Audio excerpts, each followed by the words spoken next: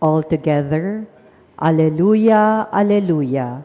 Open our hearts, O Lord, to listen to the words of your Son. Alleluia, Alleluia. The Lord be with you. And with your spirit, Reading from the Holy Gospel according to Matthew. glory to you, O Lord. Jesus said to his disciples, "The kingdom of heaven is like a net thrown into the sea, which collects fish of every kind. When it is full, they haul it ashore and sit down to put what is good into buckets. What is bad, they throw away. Thus it will be at the end of the age. The angels will go out and separate the wicked from the righteous and throw them into the fiery furnace, where there will be wailing and grinding of teeth." "Do you understand all these things?" They answered, "Yes."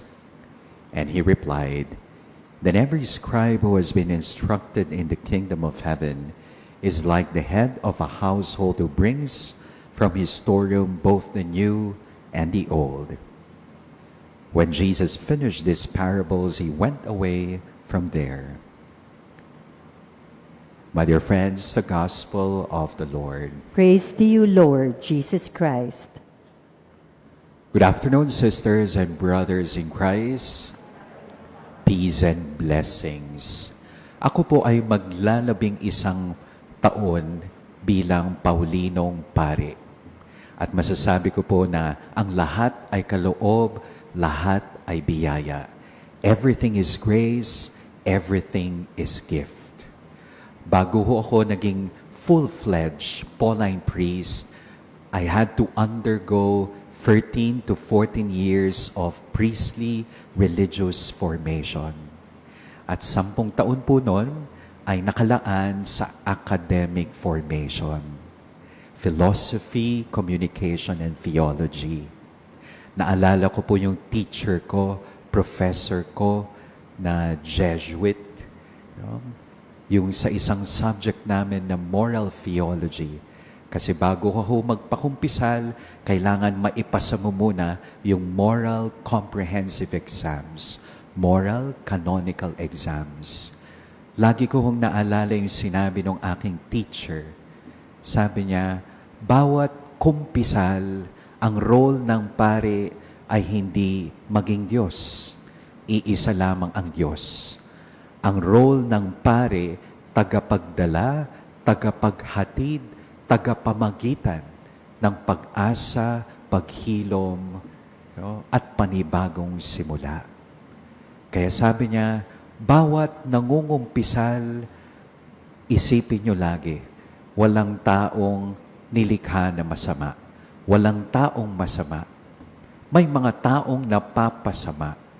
May mga taong nakakagawa ng kasamaan sapagkat nakakalimutan nila na sila ay nilikha ng mabuti.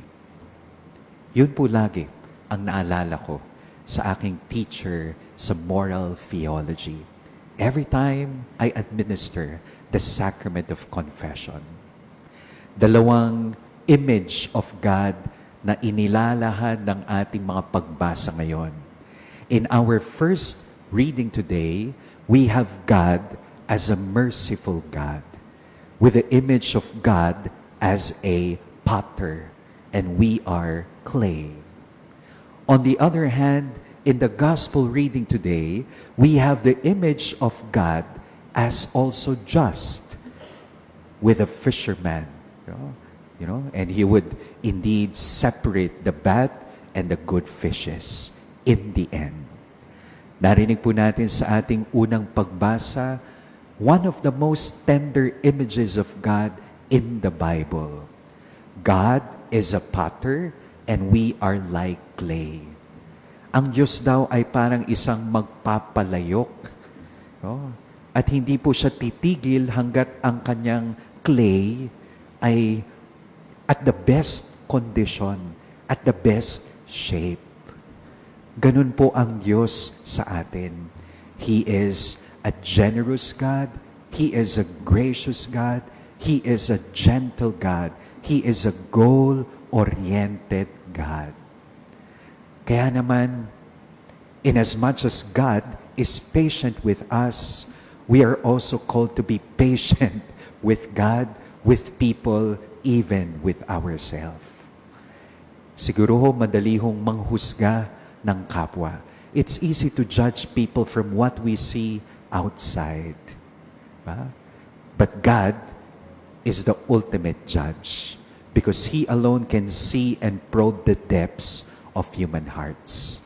Sabi nga dun sa statement shirt, be patient with me because God is not yet done with me.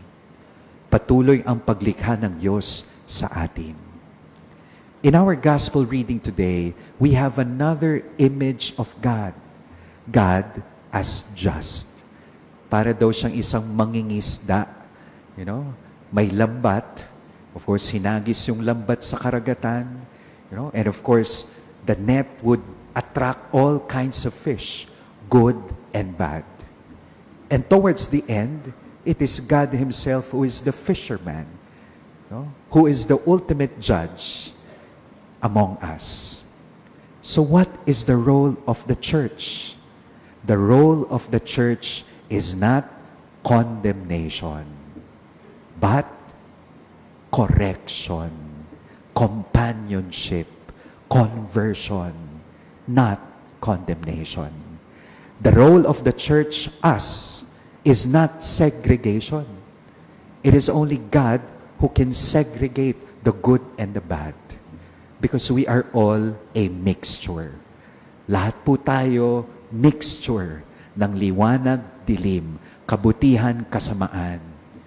And with those tensions and contradictions, we have to embrace. My dear friends, we continue to beg the Lord for the gift of His mercy, for the gift of His divine justice. Kung minsan nawawalan tayo ng pasensya, hindi ba? Sa Diyos, sa kapwa, mismo sa ating sarili. Pero sabi ng Ebanghelyo, balang araw, may singil ang langit, maniningil ang langit. And His divine justice, but at the same time mercy, will prevail. Amen. Please stand.